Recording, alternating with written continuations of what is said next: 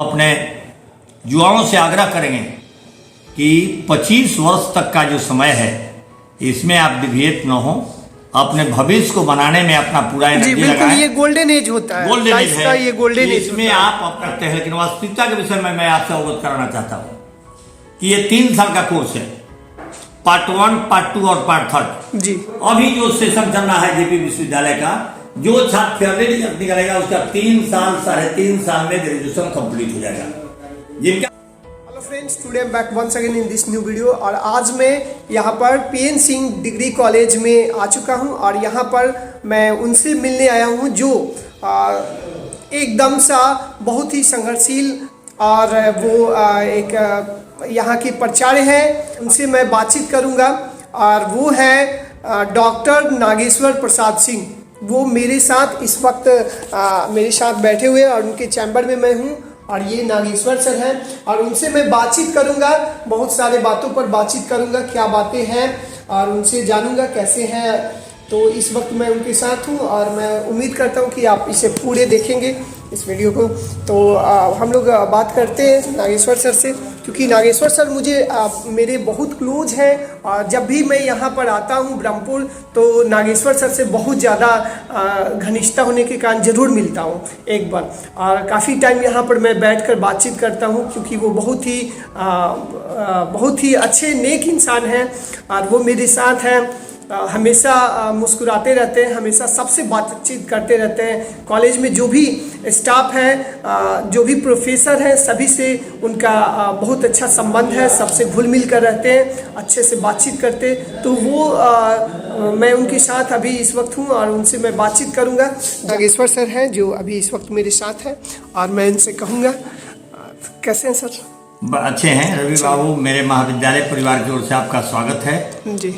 महाविद्यालय की स्थिति से आप अवगत हैं, आते जाते रहते हैं और महाविद्यालय में भाईचारा का वातावरण है। मेरा प्रयास रहता है कि हम लोग मिलजुल के काम करें, जो महाविद्यालय की समस्या है उस पर विचार करें, छात्र छात्राओं की समस्या पर विचार करें और ऐसा कार्य करें जिससे छात्र छात्राओं को कोई परेशानी नहीं। रजिस्ट्रेशन की समस्या थी, पेपर में निकला था कि रजिस्ट्रेशन नहीं हुआ, फिर विश्वविद्यालय से लाकर मैंने ऑनलाइन यथाशीघ्र कराकर और पुनः निकाल कर रजिस्ट्रेशन आ गया है मेरे महाविद्यालय में, विधिवत रूप से बट रहा है। चलिए, बहुत बढ़िया सर। विश्वविद्यालय के निर्देश पर वर्ग संचालन का काम भी शुरू कर दिए हैं।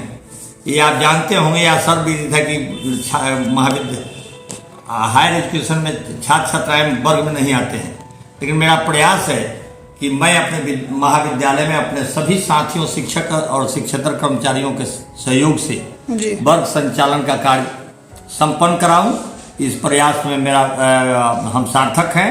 वर्ग चल रहा है, लेकिन मैट्रिक इंटर और मैट्रिक की परीक्षा का सेंटर है हमारे यहाँ। अभी पार्ट 1 के फॉर्म भरने का डेट है आज से 7 तक। हम अपना कार्यालय 7 से 9 सुबह तक खोले हुए हैं। इसी बीच में रजिस्ट्रेशन बांटना और फॉर्म भरने का काम, रसीद कटेगा, विधिवत समय पर, निर्धारित समय पर विश्वविद्यालय हम भेजेंगे। हमारे महाविद्यालय बंद है, लेकिन 13-14 लोगों को मैं अपने सहयोग के लिए रखा हूँ ताकि फॉर्म भरने का काम संपन्न हो। आपका संघर्ष हमेशा जारी रहता है हर क्षेत्र में और कॉलेज के प्रति खास करके। तो सर, मैं एक सबसे बड़ा क्वेश्चन करना चाहूँगा कि आज के युवाओं के लिए क्या मैसेज देना चाहेंगे? जी, बहुत बढ़िया आपने बात पूछा। ये हम बताया, इस बार हम आपसे बात करना चाहते थे लेकिन आपने हमसे पूछा। जी देखिए, युवा वर्ग जो है सो पूर्व की अपेक्षा में सभी सुख सुविधाओं से लैस होते हुए, जब हम लोग पढ़ते थे तो साधन विहीन था, हम लोग को साधन नहीं था पढ़ने का, लेकिन अभी लगभग समान परिवार में हर माता पिता चाहता है कि हमारे लड़के अच्छे हों, पढ़े लिखे, सुशील बने, संस्कारिक बने। लेकिन लड़के डिविएट हो रहे हैं टेक्निकल की ओर, और टेक्निकल ऐसा टेक्निकल ज्ञान की ओर जिससे उसको फायदा नहीं हो रहा है। मोबाइल में जो लायक चीज है और बेलायक चीज है, जो उसके पक्ष और विपक्ष है, सब में उस अपना समय गंवाते हैं। हम अपने युवाओं से आग्रह करेंगे कि 25 वर्ष तक का जो समय है इसमें आप डिविएट न हो, अपने भविष्य को बनाने में अपना पूरा जी एनर्जी बिल्कुल, लगाएं। ये गोल्डन एज होता है, गोल्डन एज लाइफ का है, ये गोल्डन एज इसमें होता है। आप ऐसा मेहनत करें जी सभी युवा ज्योति, ताकि आपका भविष्य उज्जवल हो, आपके माता पिता का भविष्य उज्जवल हो, परिवार का भविष्य उज्जवल हो, समाज का हो, जिला का हो, प्रांत का हो और राष्ट्र का हो।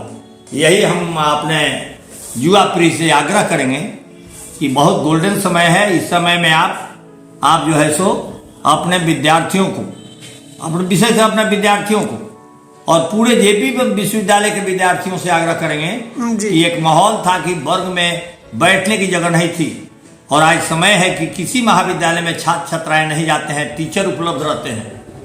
हम आग्रह करेंगे आप लोग विधिवत वर्ग में जाएं और अध्ययन का कार्य आप करें। इससे आपका भविष्य उज्जवल होगा, आपके ज्ञान का वर्धन होगा, नौकरी में, पेशा में आपको मदद मिलेगी। हम युवा वर्ग से विशेषकर पुनः आग्रह करते हैं कि अपने आप दायित्व का निर्वाह करें। और शिक्षा एक ऐसी चीज है कि सही शिक्षा प्राप्त करने पर आदमी में नम्रता आता है, सहनशीलता आता है, गुणवत्ता आता है, जिससे समाज और अपना परिवार, अपना भविष्य बनाने में मदद मिलता है। ओके सर, एक next and last question sir ये है कि यह college doctor PN Singh degree college Jayaprakash विश्वविद्यालय से संबद्ध एक इकाई है। तो इस जयप्रकाश विश्वविद्यालय के जो स्नातक कोर्सेज है, तो ये जो लेट लतीफ़ी चल रही है कि 3 साल के कोर्सेज 5 साल जो सेशन लेट हो गया है, तो ये कब तक सुधार होने की उम्मीद किया जा सकता है? जी, तो बहुत आपने बढ़िया क्वेश्चन पूछा, लेकिन वास्तविकता के विषय में मैं आपसे अवगत कराना चाहता हूँ कि ये 3 साल का कोर्स है, पार्ट 1, पार्ट 2 और पार्ट 3 जी।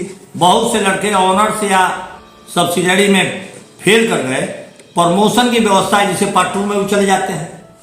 पार्ट 2 में चले जाते हैं तो पार्ट 1 का भी परीक्षा देना होता है। तो ऐसा होता है कि पार्ट 2 में भी प्रमोट हो गए, पार्ट 3 में चले गए, तो पार्ट 3 में तो जब पार्ट 1 कंप्लीट नहीं होगा तब तक पार्ट 3 के फॉर्म भरने का कोई प्रोविजन नहीं है। इसलिए इसके लिए समय तो लगा, अब तो विश्वविद्यालय बहुत समय सुधार दिया है और सत्र बहुत, जैसे 21 का फॉर्म भरा रहा है, हम समझते कि मार्च तक इसका रिजल्ट आ जाएगा। 22 का भी विश्वविद्यालय का आदेश है कि जून के पहले सब चीज भरवा देंगे। इसके लिए छात्रों से हम आग्रह करेंगे कि समय लगने में एक टाइम तो थोड़ा सेशन लेट है, लेकिन उसकी सबसे बड़ी जिम्मेदारी छात्रों की है। छात्र मेहनत नहीं करते हैं, जिसके चलते वो प्रमोट हो जाते हैं। अब प्रमोट होने से जो पार्ट 1 में प्रतिशत रहता है, वो 3rd पार्ट में जाते जाते वो 30% हो जाता है। उसका कारण केवल सेशन नहीं है, छात्रों में गुणवत्ता की कमी। इसके लिए छात्रों को विशेष मेहनत करना होगा ताकि वो अपना फेयरली रिजल्ट निकाले। अभी जो सेशन चल रहा है जेपी विश्वविद्यालय का, जो छात्र फेयरली रिजल्ट निकालेगा उसका 3 साल 3.5 साल में ग्रेजुएशन कंप्लीट हो जाएगा। जिनका कंप्लीट होता है उनको IAS IPS या जो भी जिस सेवा में जाना चाहते हैं वह जो है सो उसमें जा सकते हैं। ऐसा करने से छात्रों का मनोबल टूटता है। पार्ट 1 में प्रमोट हो गए, पार्ट 2 में गए, पार्ट 2 पास कर गए, पार्ट 1 प्रमोट रह गया तो पार्ट 3 नहीं भराएगा। इस हम विशेषकर अपने छात्र छात्राओं से आग्रह करेंगे कि वह मेहनत करें ताकि फेयरली रिजल्ट लाए। सेशन तो बहुत सुधर गया है जेपी विश्वविद्यालय का, और विश्वविद्यालय प्रशासन इसमें लगे हुए है कि जो सेशन हमारा है वह जून तक हम एकदम जो है सो अप टू डेट कर लें। जैसे देखिए फॉर्म भराया, अभी 21 का फॉर्म भरा रहा है, असंभवतः इसका जो है सो फरवरी के लास्ट में परीक्षा होगी, मार्च तक इसका रिजल्ट आ जाएगा। इसके लिए हम लोग लगे हुए हैं कि छात्र छात्राएं महाविद्यालय आए, सभी शिक्षक समुदाय, विश्वविद्यालय प्रशासन और छात्र छात्राओं सबका जब तक कोऑर्डिनेशन नहीं होगा, सभी लोग अपने दायित्व का निर्वाह नहीं करेंगे, तब यह व्यवस्था सुधरने वाली नहीं है। इसके लिए यह कहा जाए कि विश्वविद्यालय दोषी है, ये भी गलत है, टीचर दोषी है, ये भी गलत है। इसके लिए हम छात्र छात्राओं से विशेष रूप से आग्रह करेंगे कि वे मेहनत करें, वर्ग में उपस्थित हों, अपना पढ़ें, ताकि जो परीक्षा उसमें उत्तीर्ण हो, ताकि उसका समय कम लगे। सारांश में हम यही बात कहना चाहेंगे कि सत्र लेट होने का मुख्य कारण विद्यार्थियों में गुणवत्ता की कमी है।